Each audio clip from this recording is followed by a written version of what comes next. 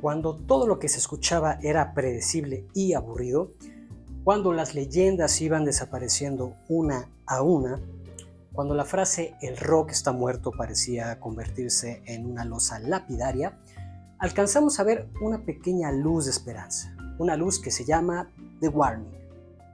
Y confirmamos una vez más que el rock es como las cucarachas. Siempre crees que ya la mataste y, oh surprise, vuelve a mover sus patitas. Ash, ¿por qué comparas el rock con una cucaracha? ¡Qué falta de respeto! ¿No podrías hacer una metáfora más glamorosa como, no sé, el rock es como el ave fénix que resurge de sus cenizas? ¿Has visto muchas aves fénix resurgir de entre las cenizas por aquí en la colonia? Ash, es una metáfora. ¿Cuántas has visto? La guacamaya roja del vecino que se quemó la cola con la estufa y que la pagaron con Coca-Cola no cuenta. Sí, pobrecita, debería de contar. ¿Te acuerdas de la cucaracha de la cochera? ¿La que no sabía si subirte al coche o a la cucaracha? Exacto. ¿Te acuerdas qué pasó cuando le echamos insecticida? Sí, se quedó quieta un rato. Luego se empezó a monear con el insecticida, como varios rockeros que conozco. Exacto. Evidencia empírica. Sean todos ustedes bienvenidos a Tómalo o Déjalo.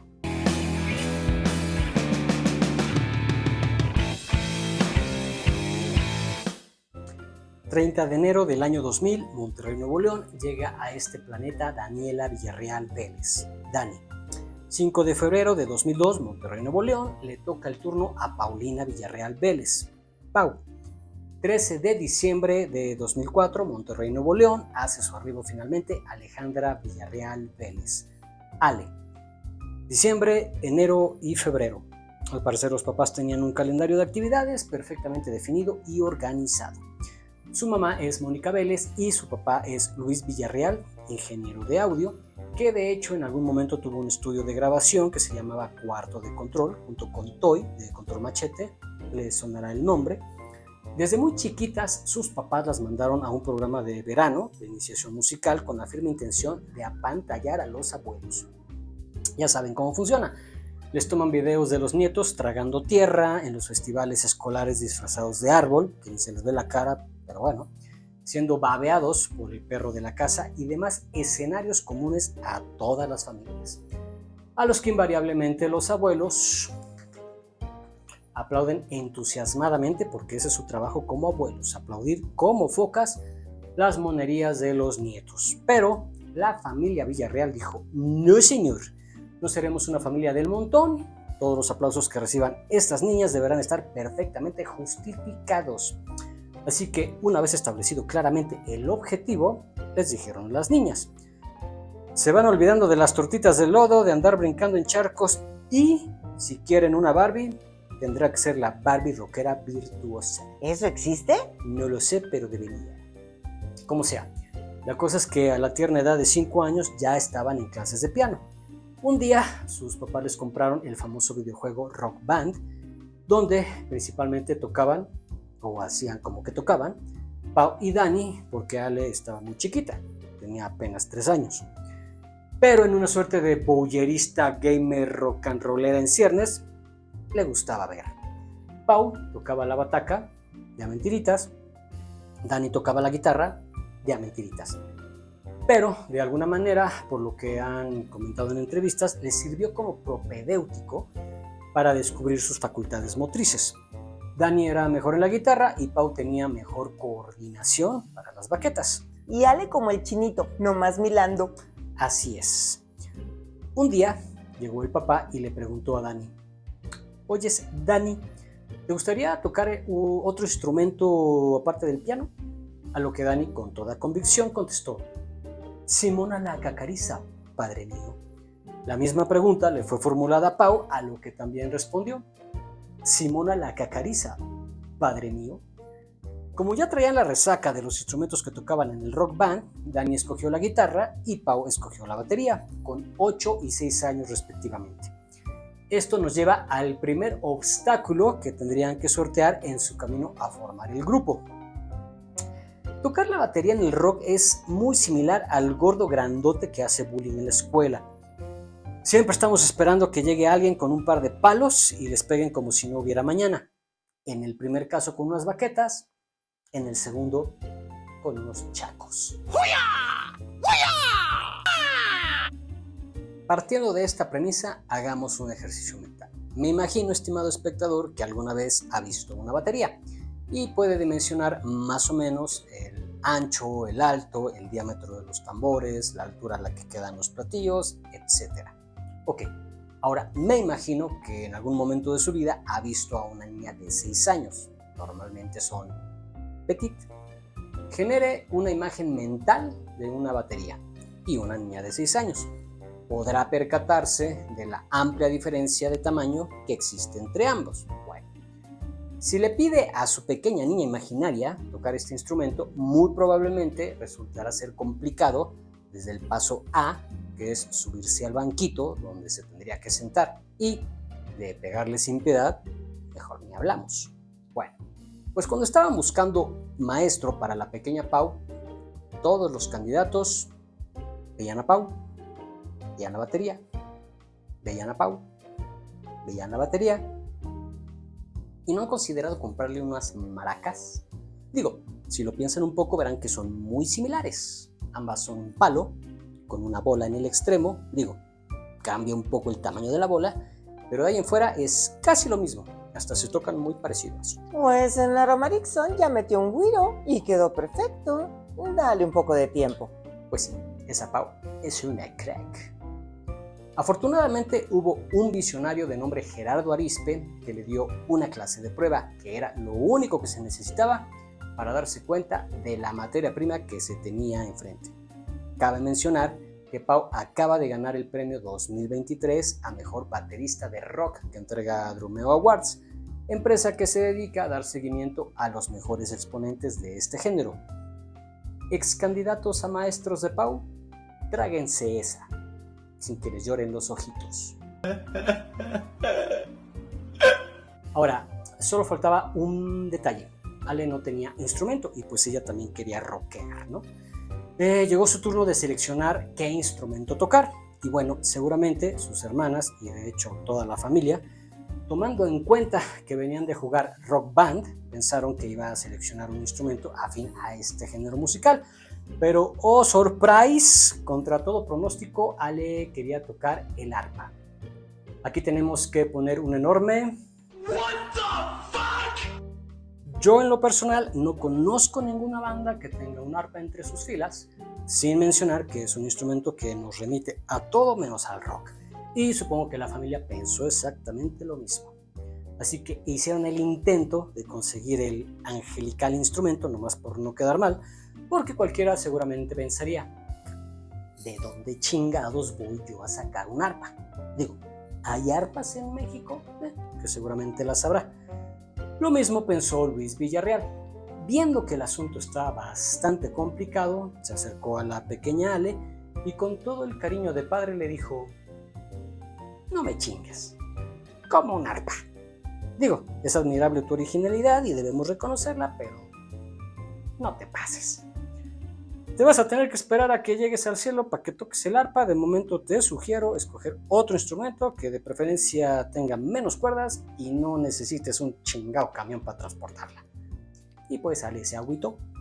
Afortunadamente, para reafirmar conocimientos musicales, era común que se reunieran en familia a ver videos de conciertos de diferentes artistas. Estos fueron de mucha ayuda para que Ale redireccionara el criterio en cuanto a qué instrumento tocar. Un día, mientras observaba la pantalla, preguntó, ¿qué? ¿Voz de niña tierna, por favor? No me sale. Inténtalo, yo sé que sí te sale. ¿Qué es lo que está tocando ese señor? Tienes razón, no te sale. Te dije. Bueno, la cosa es que contestaron, eso es un bajo. Y Ale dijo, dilo como quieras. Yo quiero tocar el bajo. No lo digas, contrólate, ¿no? Yo sería incapaz de decir una peladez tratándose de Ale, Pau o Dani. Lo guardo para el próximo video. ¿Qué dijiste? Nada. Que toda la familia Villarreal volvió a respirar con tranquilidad con la decisión de Ale.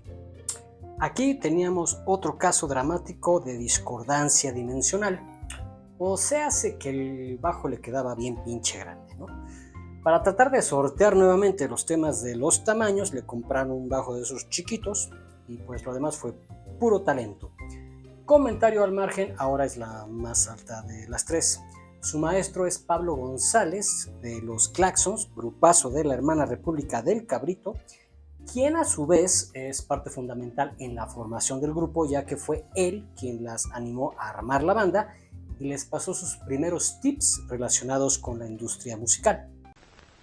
Después de escuchar la sugerencia de Pablo, en la penumbra del cuarto de ensayo, las hermanas se enfrentaban en un silencio opresivo, sus miradas entrelazadas revelando una mezcla de expectación y suspicacia. El aire estaba cargado de una tensión palpable, como si el destino de las involucradas estuviera suspendido en el delicado equilibrio de ese momento. Nadie se atrevía a romper el hechizo de la mirada fija y entrecerrada que se propinaba, conscientes de que cualquier palabra podía desencadenar consecuencias irreversibles, cuando súbitamente alguien tuvo el valor de decir: Ya se me antojó un elote. tenías que arruinar el momento.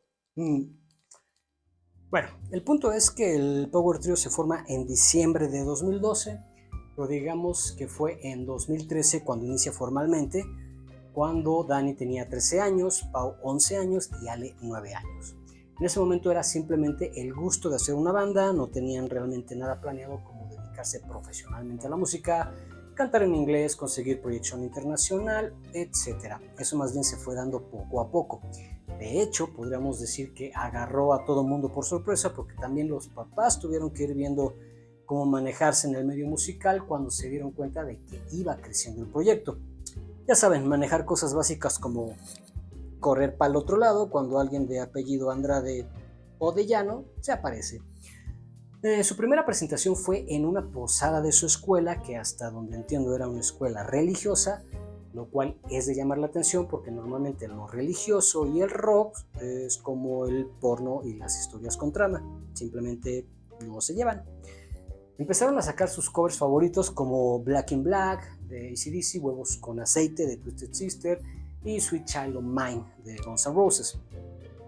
Los papás empezaron a subir los videos de estos covers a YouTube, incluyendo el de Enter Sandman, que sería el video viral que detonaría todo.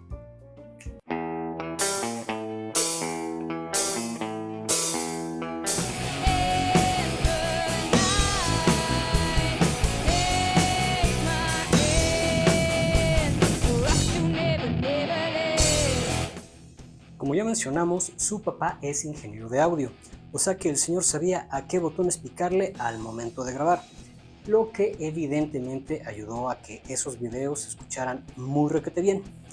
Graban su primer EP, Escape the Mind, en 2015 con Victoria Records, que incluye 5 canciones de su autoría. Ese mismo año se presentan en el Festival Tecate Pal Norte con 15, 13 y 10 años respectivamente. Y lo traigo a colación porque mientras el promedio en esas edades se están sacando los mocos, ellas estaban pateando traseros en el escenario.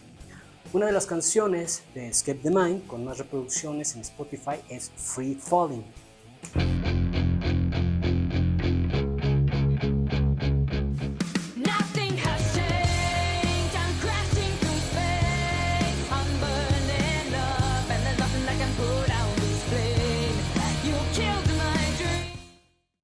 Aparte de las presentaciones que les iban saliendo, empiezan a tener entrevistas por todos lados.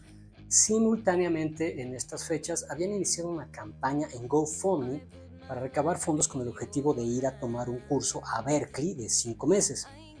En un manotazo de suerte, resulta que una de las entrevistas que se les presenta en ese momento es en el famoso talk show de Ellen DeGeneres, donde aparte de que tocaron en vivo y las entrevistaron, les dieron unos chequesotes, literal. Eran unos chequesotes por 10,000 chuchulucos gabachos para apoyarlas con el proyecto. Por ahí en internet hay una especie de diario documentado precisamente por el equipo de Ellen de cómo les fue por allá, que al parecer en general todo estuvo bastante bien, aunque como es de esperarse hubieron momentos complicadones por aquello del homesick, y es que pinches tacos como los extraña uno cuando no los tiene cerca.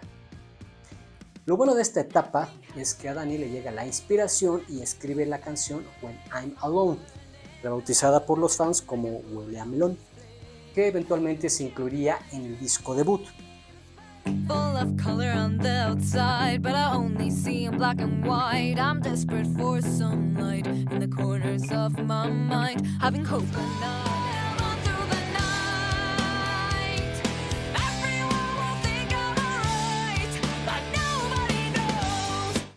Durante 2016 se dedican principalmente a foguearse, tocando en cuanto lugar podían. Me imagino que esta etapa debió ser complicada en el sentido de que no era cosa fácil meter a 3 chavitas a cualquier lugar, sobre todo porque donde hay rock normalmente hay alcohol, acompañado de restricciones para menores de edad, pero se las arreglaron para tener las más presentaciones posibles. En ese mismo año se presentan en la Universidad de Arizona bajo el formato TEDx, que son pláticas de tipo TED, pero organizadas de manera independiente. En esta presentación hablan acerca de cómo empezaron la banda principalmente. Este mismo año, la empresa que hizo el videojuego de Rock Band decidió incluirlas en su edición 4, incluyendo la canción Free Falling. También en este año vuelven a armar la cooperacha mediante crowdfunding, porque a pesar de que les caían propuestas de disqueras, ninguna era así como que muy buena que digamos. Que ya nos podemos imaginar cómo eran las propuestas. A ver, solo necesitamos unos ligerísimos cambios para que sean un éxito. Empezando porque esos pantalones tienen demasiada tela. Necesitamos más movimiento de traseros y a esas letras les falta más flow. Sí, justamente por eso es que deciden hacerlo de manera independiente. Marzo de 2017. Lanzan su primer material completito con canciones suyas de ellas, 21st Century Blood. El título hace referencia a la sociedad del siglo XXI y de las cosas que a ellas les gustaría cambiar. Les dejo Shatter Heart, que de paso es mi canción favorita de este disco. Whisper promises in the air that my God I'm without a care. Now if you cut too deep, let me hear no bleeding. Now I have to pick up the pieces of my shattered heart. Febrero 2017 se presentan nuevamente en una plática al estilo TED en la Universidad de Nevada, pero ahora hablan de su primer disco, de cómo fue el proceso y de cómo tuvieron que hacerlo de manera independiente porque las ofertas que les llegaban siempre les querían cambiar algo. Ya se notaba la madurez y el trabajo realizado a la fecha les permitió convertirse en teloneras de Def Leppard. Ya en este año logran tocar en lugares más grandecitos y los medios empiezan a decir, a ver, tenemos por aquí, muy bien. Noviembre 2018, sacan su segunda producción, un disco conceptual llamado Queen of the Murder Scene. Consta de 13 canciones divididas en 4 capítulos y un prólogo que es la rola Dust to Dust, donde Ale le mete una línea de bajo inicial bien chida para que luego entre Pau a cantar y Dani apoyando en la voz y con un riff bien machino.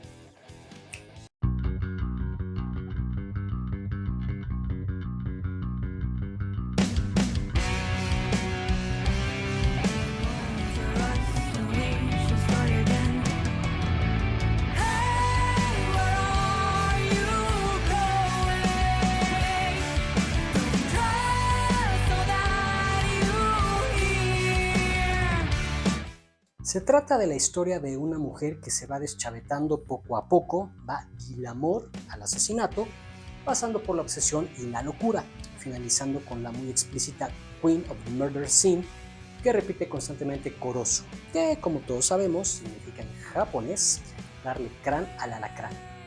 Para que no se nos olvide de qué va la misión de la protagonista y para que no queden dudas, remata con I'm a machine, no emotion. Dani y Pau se van intercalando en la cantada para ir contando la historia desde la perspectiva de la Queen, que digamos es la parte buena de la protagonista, y luego desde la perspectiva de la psicópata que lleva dentro. En Dull Knives, la protagonista ya de plano se le zafaron todos los tornillos y está considerando seriamente la suicidación. Desde la canción previa, Sinister Smiles, donde tiene una batalla interna con su alter ego malo, ya como que lo venía considerando.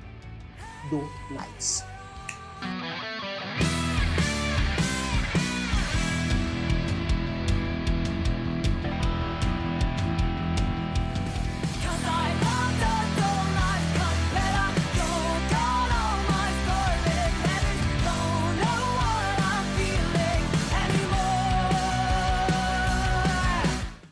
En junio de 2019 lanzan su primer sencillo en español, Narcisista.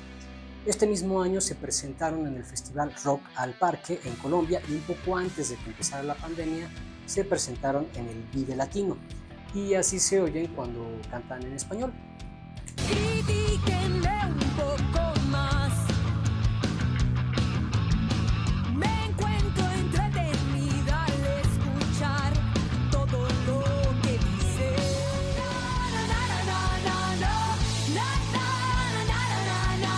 Déjenme negar la lista, no soy loca ni malinchista. Llegó la pandemia y se tuvieron que poner en pausa todas sus presentaciones. Armaron un concierto en línea y terminaron la prepa porque, con tanto compromiso que se fue presentando de manera tan vertiginosa, pues ya ni se paraban en la escuela. Y qué bueno que les interesaba terminar la preparatoria, porque de lo contrario, hubieran estado en riesgo de convertirse en senadoras o diputadas mexicanas. Digo, son inteligentes y talentosas, lo cual ya no encaja en el perfil, pero uno nunca sabe. Pues sí. También durante este año por fin llega Lava Records, un sello discográfico que les hace ojitos. Estoy haciendo ojitos. Y les dice que las quiere tal como son, con sus defectos y sus virtudes. Nunca cambien, valen mil. Se lanzan a la tierra de John Bon Jovi, New Jersey, y graban Error, su tercer álbum, donde tienen temas con más crítica social. Este mismo año arman un par de conciertos en el Teatro Metropolitan que verdaderamente ya son conciertos de grandes ligas. Una producción bastante profesional, un sonidazo que traen sin mencionar la presencia escénica de Ale, Dani y Pau. Pueden ver este concierto en Tutubo, les dejo el link en la descripción. En el sencillo Disciple, Ale vuelve a hacer gala de sus brillantes líneas de bajo.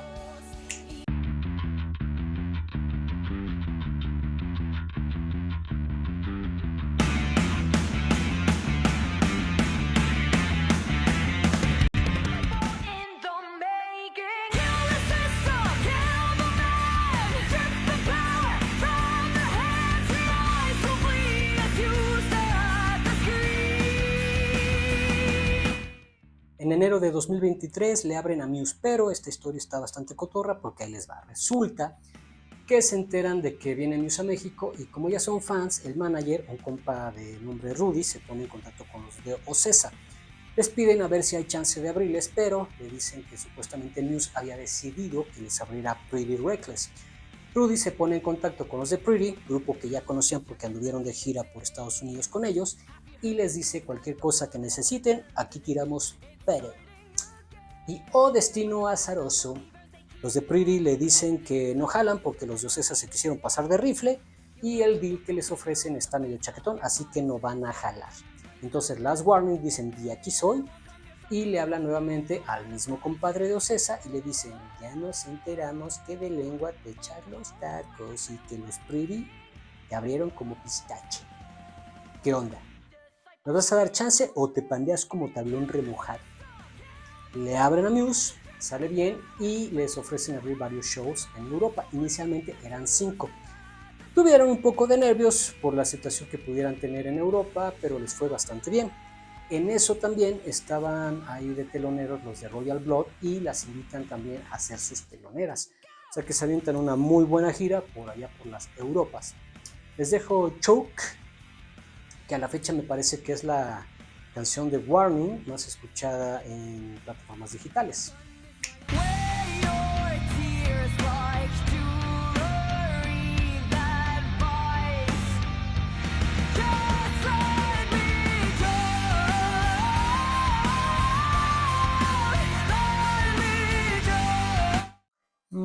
Bueno, de una vez les pongo también Evolve.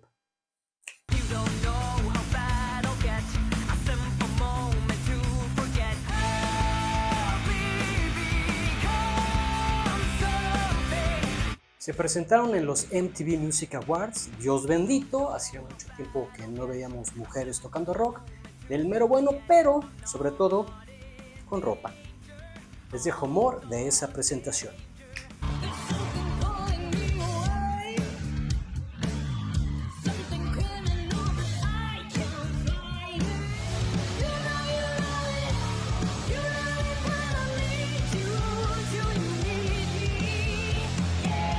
Hace poco estuvieron en el Vive Latino y en el Tecate Pal Norte.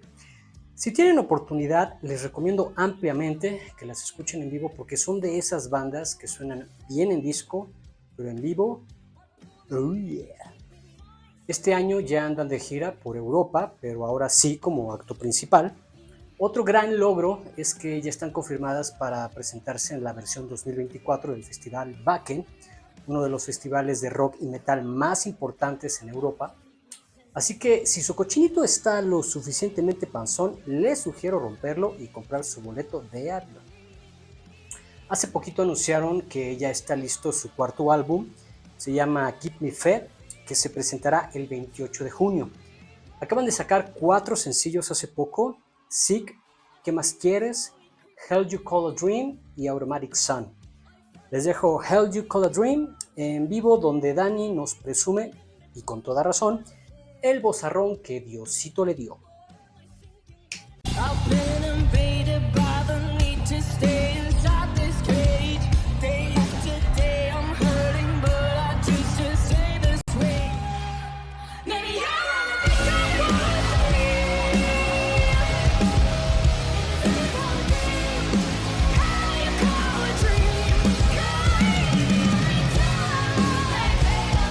Es bien interesante ver toda la evolución de The Warning, porque normalmente uno se entera de las bandas cuando ya llevan algo de tiempo tocando.